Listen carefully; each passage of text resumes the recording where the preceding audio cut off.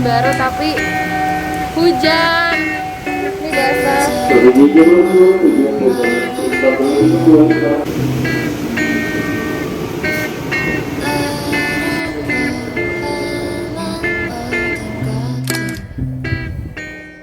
Why are you so beautiful? Why are you so beautiful? Apa? Beautiful. You have a good eyelash and eyebrow, perfect smile with the dimples. I love your smile.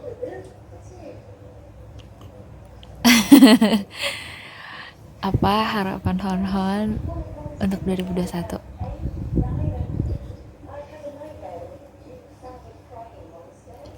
Having a baby?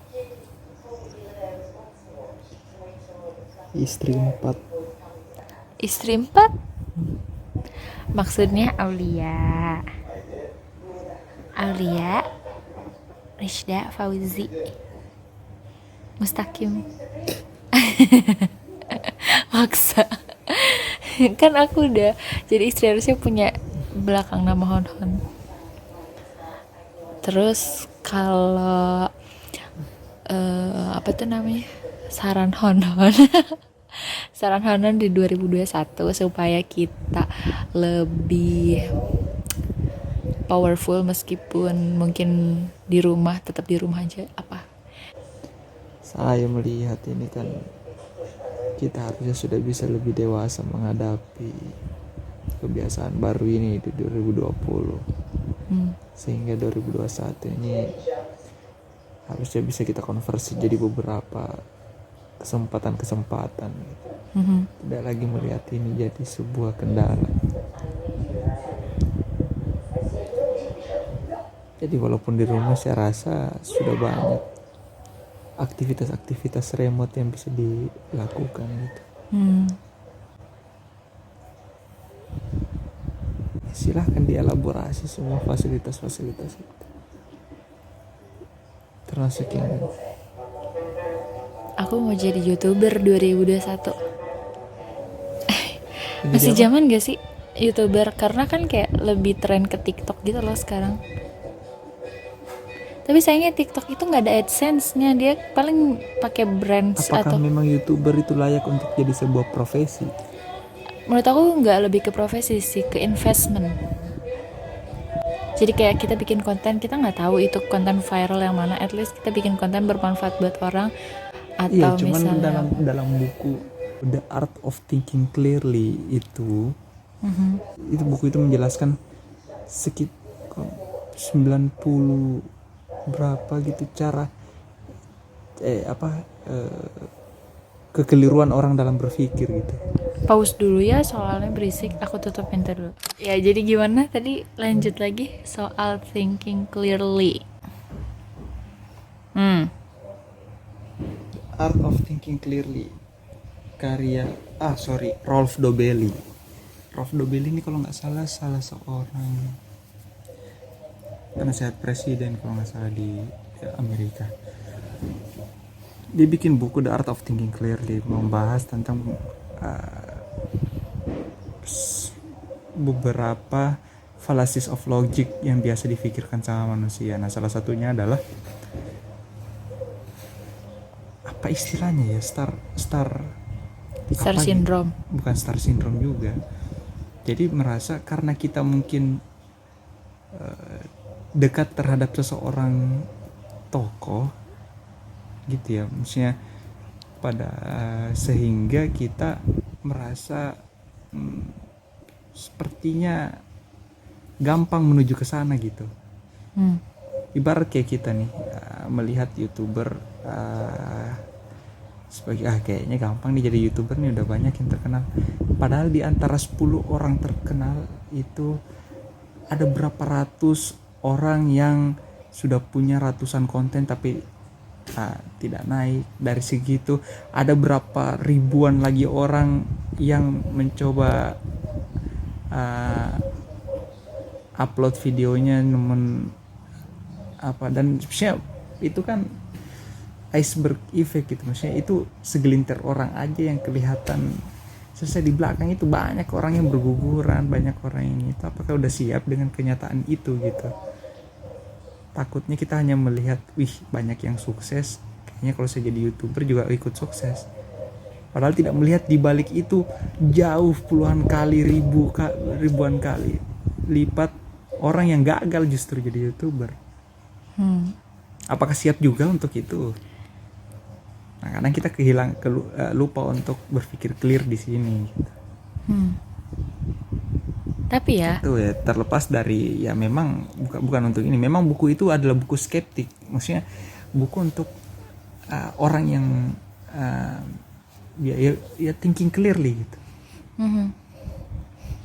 Untuk mengevaluasi jangan sampai sikap optimis kita membuat kita ke skip gitu dalam 1-2 pertimbangan. tapi ya kalau misalnya ngomong YouTube itu, aku tuh udah dari lama pengen berkarya di sana, tapi karena sifat perfeksionis aku tuh nggak pernah jadi gitu loh. Jadi aku pengen merealisasikan itu gitu.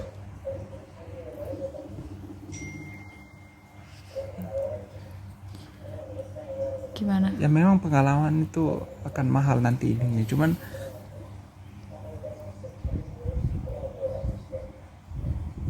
ini mungkin debatable. Cuman kalau dari saya pribadi sih, jadi itu pekerjaan YouTuber itu harusnya jadi side job gitu.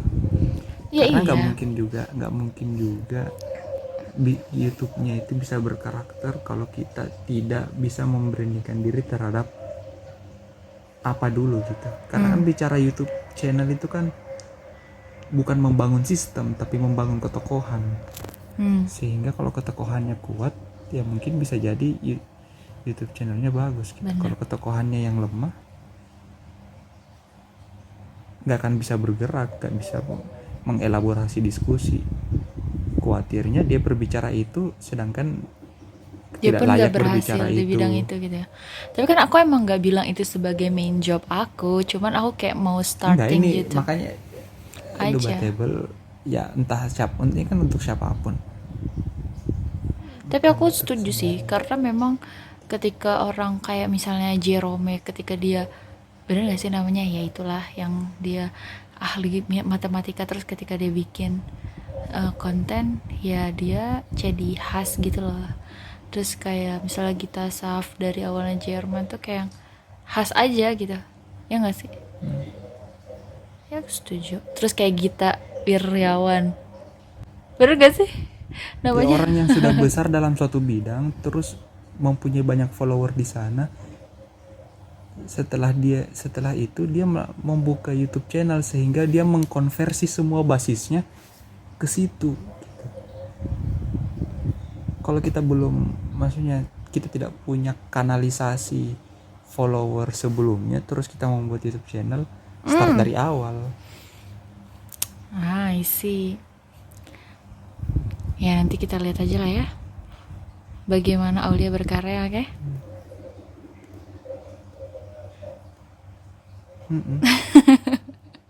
Kenapa kayak nggak dukung sama sekali? Aku sedih. Ya pasti didukung lah.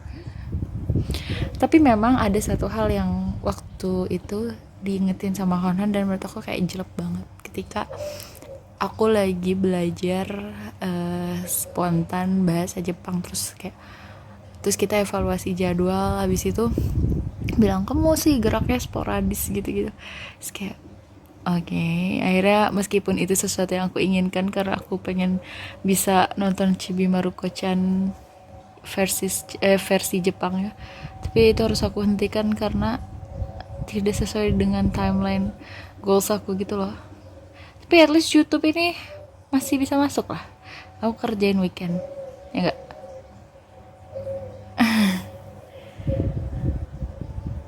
Ya udah gitu aja, mungkin malam tahun baru kita hanya diskusi ringan soal per-YouTuban. Nggak ada bakar daging, sebenarnya mama udah bakar daging, tapi nggak ada bakar-bakar lain sama teman-teman atau apapun, kita di rumah aja. Happy New Year. Lambat banget baru nonton Rewind 2020. Gimana menurut tonton, keren nggak? belum selesai.